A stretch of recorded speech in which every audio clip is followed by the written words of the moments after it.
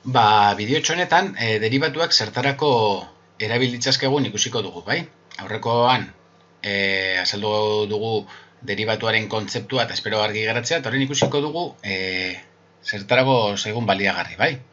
Orduan, lehenengo erabilpen bat, I berdin fx kurbak, A absisa puntuan duen, zuzen ukitzailearen ekuazioa ateratzeko balioko zaigu deribatua. Bale, zuzen ukitzailearen ekuazioa nola ateratzen den azaldu horretik, bergogoratu nahi dizuet nola ateratzen zen zuzen baten ekuazioa, bai?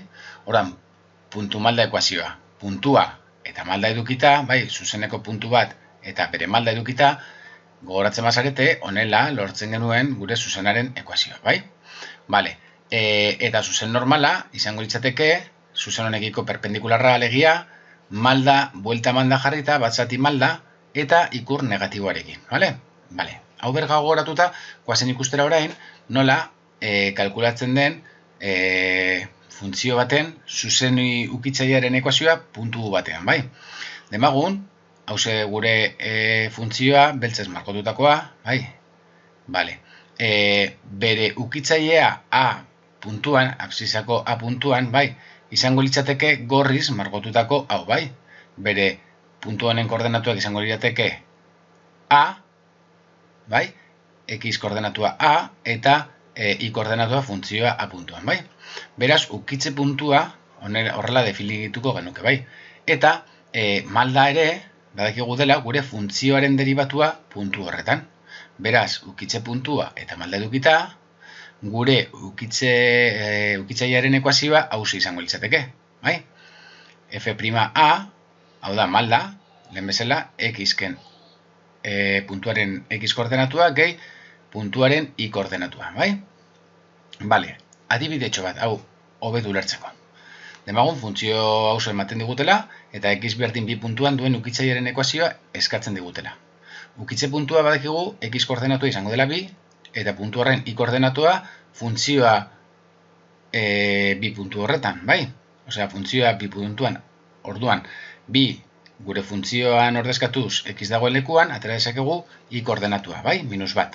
Beraz, gure ukitze puntua, X bi, Y minus bat izango litzateke. Eta malda, esan dugun moduan, deribatua puntu horretan lortzen da genuela. Beraz, funtzioaren deribatua egingo genuke, oso errez deribatzen da, bai? Hauxe gure deribatua. Eta orain ordezkatuko dugu deribatua bi puntuan, hau da, bi X dagoen lekuan, eta horrela lortuko genuke gure malda, ukitzaileren malda.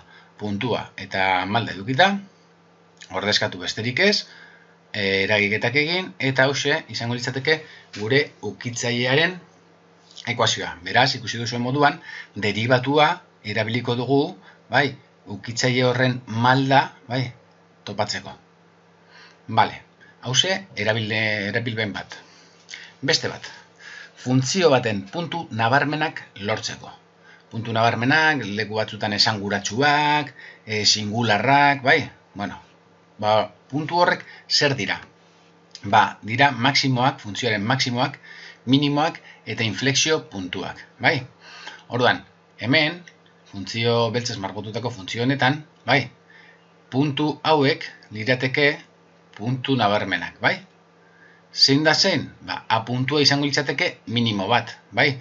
Ze funtzioa beherakor izatetik, gorakor izatera pasatzen da, bai? Beti aztertzen dugu funtzioa eskerretik eskumara. C, maksimo bat litzateke, ze funtzioa gorakor izatetik beherakor izatera pasatzen da, bai? Eta B puntua inflexio puntu bat, bai? Funtzioak norabidea aldatzen du, baina ez du aldatzen gorakortasuna edo beherakortasuna. Kasu honetan, gorakorri izatetik norabidea aldatzen du, baina gorakorri izaten jarraitzen du. Honi inflexio puntu deritzogu. Bale, eta konturatzen zareten moduan, puntu nabarmen guztio hauetan nolakoa da ukitzailea, gorriz margotutakoa? Horizontala. Hau da, bere malda 0 litzateke, bai? Orduan, funtzioaren ukitzaile horizontaleko puntuak dira puntu nabarmenak, bai? Ukitzaileak puntu horietan horizontalak direlako. Hau da, deribatuen malda 0 egiten duten puntuak.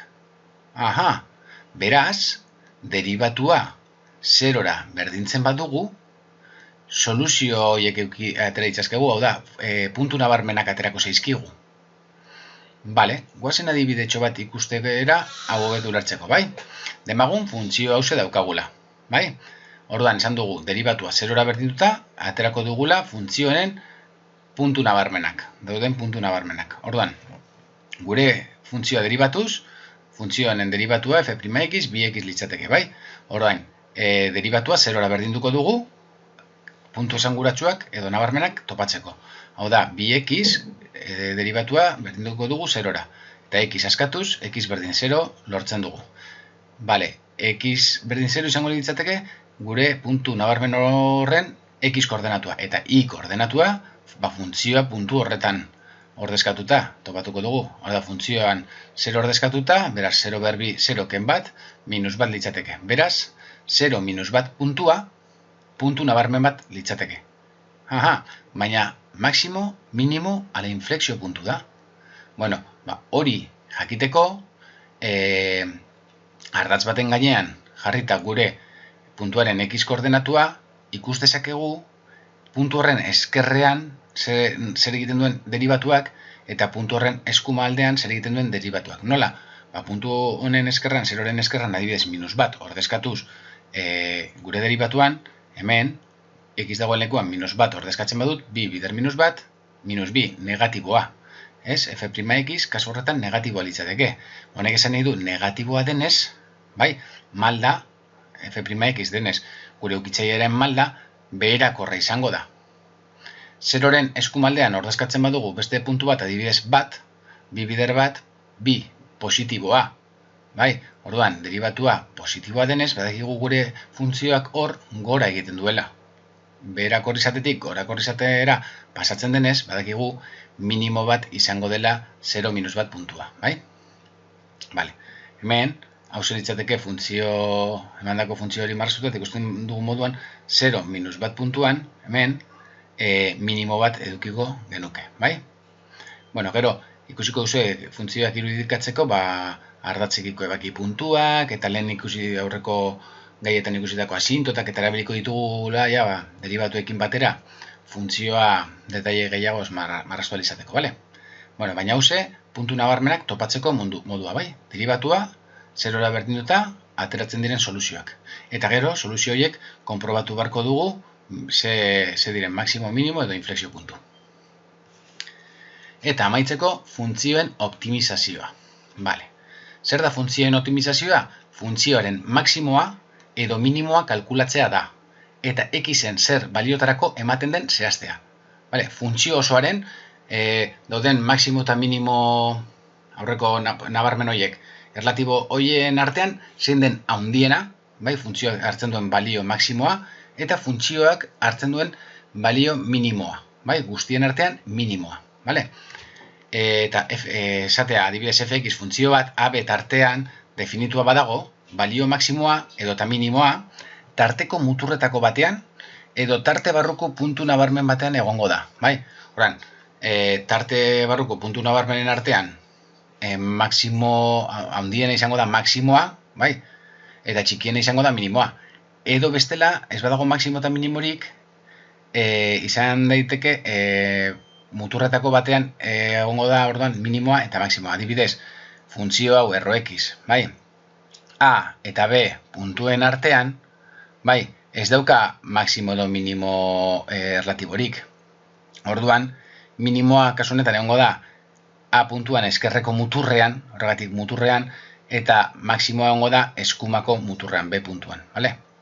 Bueno, adibidetxo bat, funtzioen optimizazioa zertarako erabiltzen den ikusteko.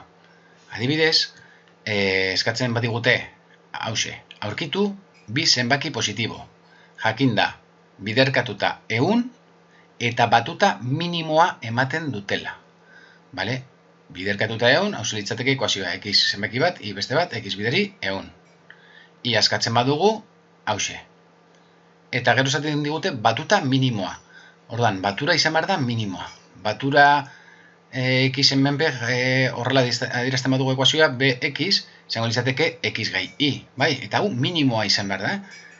Baina, bueno, lehenago, x gehi y hau y dagoen lekuan lehengo iren balorea ordezkatuta, hause izango litzateke gure ekuazio edo funtzioa, bai? Eta hause bx minimoa izan behar du. Minimoa izateko badakigu derivatua atera behar dugula eta zerora berdin du. Orduan, honen derivatua, x gehi egun zati xen derivatua da, xen derivatua bat, eta egun zati xen derivatua minus egun zati x berbi.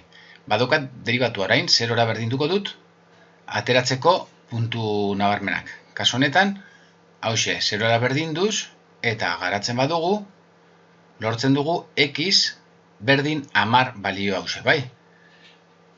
Orduan, ateran dugun xen balio hau, puntu nabarmen bat da. Baina ez dakigu maksimo minimo den, eta guk nahi dugu jakin aber minimoa den, bai? Ze batutan minimoa ematen dutela topatu behar dugu. Orduan, 10 zenbaki hori ardatz batean jarrita, ezkerreko balore bat ordezkatzen badugu, gure derivatua 10en eskerra nahi ez bederatzi denean, biratu, egun zati bederatzi berbi, larogeta bat, egun zati larogeta bat, bat baino handiago da, beraz, bat baino handiago den zerbait, negatibo aterako zeigu, berakorra, eta 10 baino handiago den zenbaki bat adiez 11 ordezkatuta, hemen ordezkatuta, ez, derivatuan ordezkatuta, konturatzen gara, 0 baino handiago dela, positiboa dela, beraz, gorakorra dela, beraz, badakigu 10 hori minimo bat dela, bai? Beraz, ziurtatu dezakegu, 10 izango litzatekea bat, x, eta beste balioa egun zati 10 denez, ere 10 balio du. Beraz, bi zenbakiak, x berdin i berdin 10 lirateke. Hauxe, azkenengo erabilera bat. Eta, amaitzeko, L'Hopitalaren erregela. Bai, azalduko dizuet. L'Hopitalaren erregela oso erabilgarria izango zaigu limiteen kalkuluan indeterminazioak sortzen direnean, biratu. Zertarako erabiltzen den, hori. Limiteen kalkuluan, indeterminazio bat sortzen zaigunean, L'Hopitalaren erregela aplikatuz, ebazpena asko errazten da. Aplika daiteke ere limiteak infinito edota minus infinitora jotzen duenean. Demagun, limiteo daukagula x a puntura jotzen duenean, zatiki algebraiko honena, bai? Hau, ordezkatzen dugunean a puntua indeterminazio bat ateratzen bazaigu emaitza moduan, L'Hopital aplikatu ahal izango dugu. Eta L'Hopitalek esaten duena da, egin dezakegula goikoaren derivatua f'x eta bekoaren derivatua bere aldetik, bakoitza bere aldetik. Eta orain, hau egin da gero, zenbaki ordezkatuta, balore bat lortzen badugu, hause balio duela gure hasierako limitearen emaitza moduan.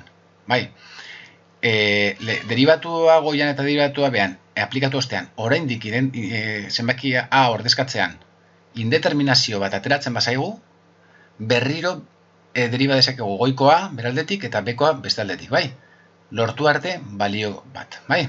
Bueno, limiten kalkuluan eman daiteken emaitza posibleak, bergogoratzeagatik, izan daiteke zenbaki bat, izan daitezke emaitza konkretuak, ez? Adibidez, n zenbaki bat, infinito, minus infinito, bai? Edo indeterminazioak, hau lirateke indeterminazio batzuk, adibidez, 0 zati 0, infinito zati infinito, bat behar infinito, bale? Holako indeterminazio bat ateraz gero, L'Hopital aplika genezake, eta honek errazten digu pila bat kalkulua, bai? Edo eta esan dugun bezala hemen goian, limitek infinito edo minus infinitora jotzen duenean ere, aplika dezakegu L'Hopital, bai? Berdin goian derivatuz, eta behan derivatuz, berriro ordezkatu infinito eta minus infinito, eta indeterminazioarekin amaitzen dugu, bai? Bueno, hauxe dena den L'Hopitalen erregela, ariketetan landuko dugu pila bat, osea, que lasai harrapatuko duzue.